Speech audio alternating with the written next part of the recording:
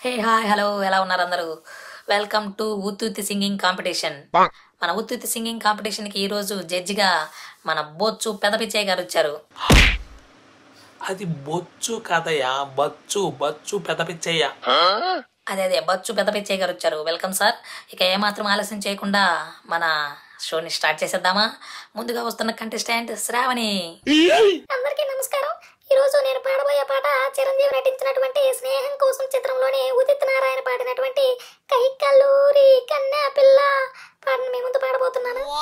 ఈ పాటకి నాకు మా మామకి ఒక అవినాభావ సంబంధం ఉంది.